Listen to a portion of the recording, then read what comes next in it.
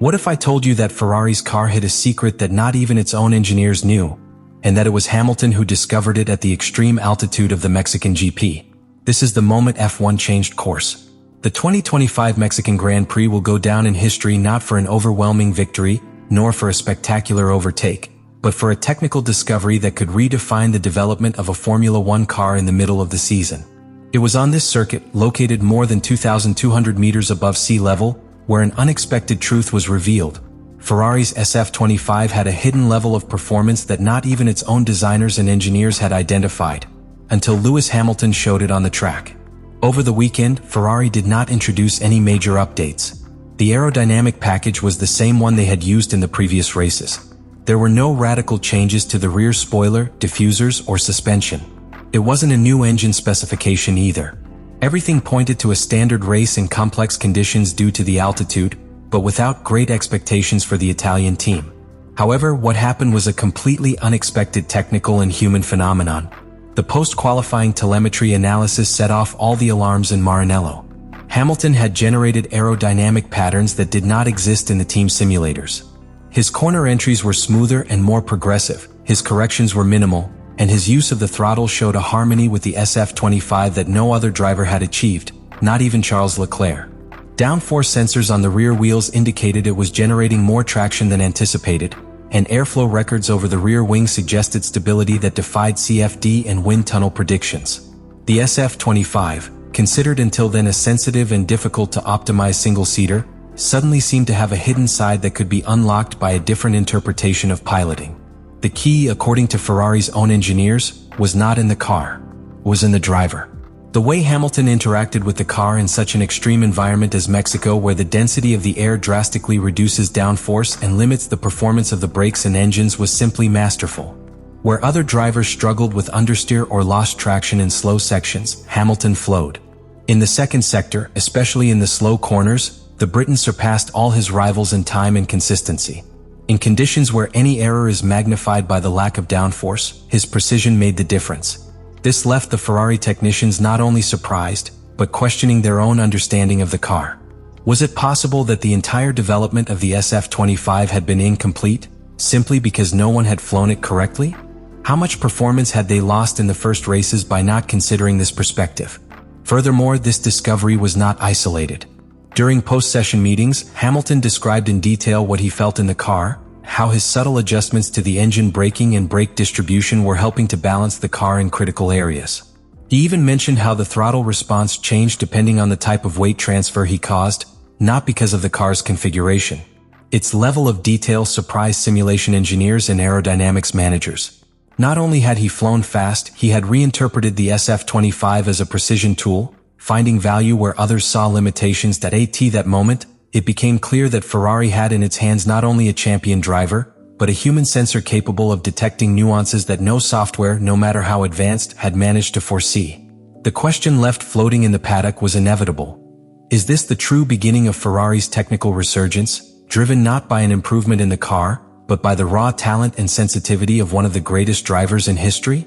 Lewis Hamilton's race at the 2025 Mexican Grand Prix seemed destined to become one of those unforgettable chapters in his career. But instead of ending by celebrating an unprecedented technical feat, the day was marked by a controversial decision that still divides the paddock, fans, and analysts. A 10-second penalty for cutting the track during an overtaking maneuver on Max Verstappen. The incident occurred in Turn 4, in one of the most intense moments of the Grand Prix. Hamilton had been pushing hard, taking advantage of his great traction at the exit of Turn 3, looking for the opportunity to gain position from the Dutchman. However, upon reaching the braking point, the SF25 slightly locked the front wheels. Instead of continuing down the track, Hamilton veered onto the grass, crossed the inside of the turn and rejoined directly into Turn 5, leaving him ahead of the Red Bull. What happened next was the spark that ignited the controversy. According to the official analysis of the FIA, Hamilton's car had entered the curve with too much speed to take the regulatory escape route. Although this was not a direct technical violation of the race director's notes, the stewards argued that the driver gained a lasting advantage by not returning the position to Verstappen. Thus, they imposed the 10-second penalty that would completely change the final result. But reading the data offers a more complex interpretation. The GPS and telemetry show that the brake lockup was minimal and that the departure from the track was not deliberate, but rather the result of extreme conditions in a critical area of the circuit. Onboard images reveal that the area where Hamilton went off was covered in a layer of dust, dirt, and loose rubber. It was practically a slip trap. When the left front tire locked, the car stopped spinning and maintaining control became unfeasible. For many, it was a logical defensive maneuver in an area where grip outside the ideal line is almost non-existent. What ignited the controversy even more was the immediate comparison with similar maneuvers by other drivers, especially Max Verstappen. In the same sequence of corners during the previous laps, Verstappen had slightly cut turn 3 and traveled more than 100 meters on the grass without consequences. He did not return position, he was not investigated. In the eyes of many, this evidenced a pattern of inconsistency on the part of the commissioners. Hamilton's argument was clear. If the logic applied to him had been consistent, more than one driver should have been sanctioned. The Briton's reaction was total disbelief. In his own words, the decision was pretty crazy. He pointed out firmly that he felt unfairly singled out, as if there was a different yardstick for him to measure. It was not the first time that he questioned the FIA's criteria, but this time he did so with data in hand and a direct comparison with other incidents that occurred in the same race. Ferrari boss Fred Vasseur backed his driver bluntly. He declared that the sanction had been very harsh, and that it had not been managed with a global vision of the incident. In his statements, Vasseur emphasized that the analysis did not sufficiently consider the track conditions and the complete dynamics of the maneuver. For him, the decision represented a missed opportunity to protect sporting integrity and maintain consistency in the application of the regulations. This penalty not only impacted the outcome of the race, it also reopened a deep debate about the subjective interpretation of the rules in Formula One. The lack of consistency in sanctions, especially at critical moments and among leading drivers, erodes the confidence of both the public and the teams in the impartiality of the system. When the difference between a legal maneuver and a sanctioned one is based on interpretations that change from race to race, the sport is exposed to a worrying institutional fragility. The discussion did not end on the track. On social networks, former pilots, specialized journalists and fans divided their opinions. Some defended the penalty as a strict application of the regulation. Others considered it a clear sign of favoritism or, at least, a lack of uniformity. The truth is that, regardless of the result, this sanction left a lasting mark and once again brought to the fore one of the most uncomfortable questions of modern F1. Are there equal criteria for all drivers? The impact of what happened at the Mexican Grand Prix was not limited to a simple post-race analysis. What happened that weekend triggered a complete reconfiguration within Ferrari, both in technical and philosophical terms.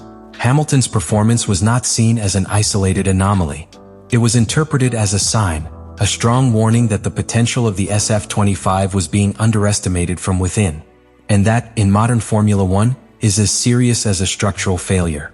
Internally, the race in Mexico was dubbed Point Zero. Since then, the car's evolution decisions began to take another direction.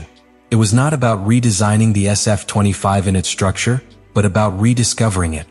The next aerodynamic packages began to focus on reinforcing the areas where Hamilton had found natural performance.